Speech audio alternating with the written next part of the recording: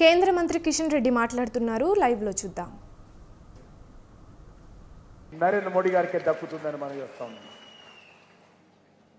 అంతేకాదు ఈరోజు జాతీయ రహదారులు తీసుకున్నా నక్కకు నాగలోకు అనుకున్నంత తేడా ఈరోజు నరేంద్ర మోడీ గారి ప్రభుత్వంలో కనిపిస్తా ఉంది. ఆర్టికల్ 370 విషయంలో మీకు తెలుసు, భారతీయ జనతా పార్టీ పుట్టిందే ఆర్టికల్ 370కి వ్యతిరేకంగా.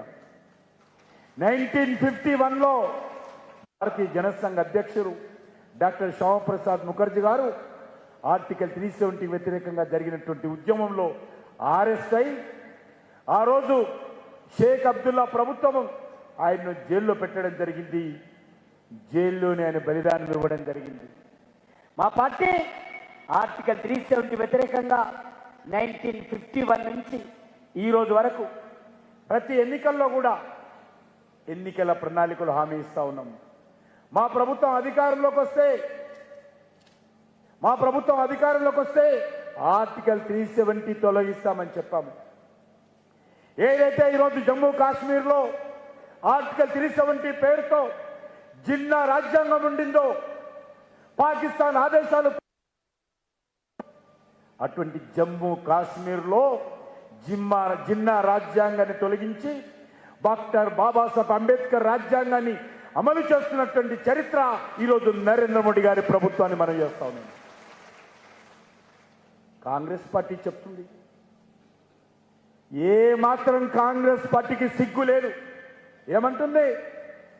మేము మళ్ళీ అధికారంలోకి వస్తే జమ్మూ కాశ్మీర్లో డాక్టర్ బాబాసాహెబ్ అంబేద్కర్ రాజ్యాంగాన్ని రద్దు చేసి అక్కడ జిన్నా రాజ్యాంగాన్ని ప్రవేశపెట్టి ఆర్టికల్ 370 పునరుద్ధరిస్తారు.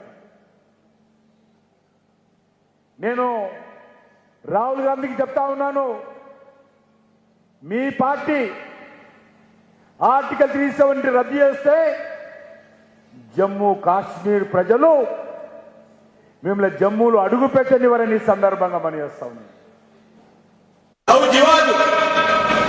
చట్టబద్ధం చేస్తున్నారు. లవ్ జివాదును ఈరోజు ప్రోత్సహించే విధంగా ఎవరు నడుపుతో ఎన్నికల ప్రణాళికలు పెట్టారు. నేను అడుగుతాను రేవంత్ రెడ్డి గారిని, తెలంగాణ పోలీస్ శాఖలో కూడా లవ్ జివాదును రక్షించడం కోసం, ప్రోత్సహించడం కోసం ప్రత్యేక విభాగాలు ఏర్పాటు చేస్తారని అడుగుతాం. కాంగ్రెస్ పార్టీ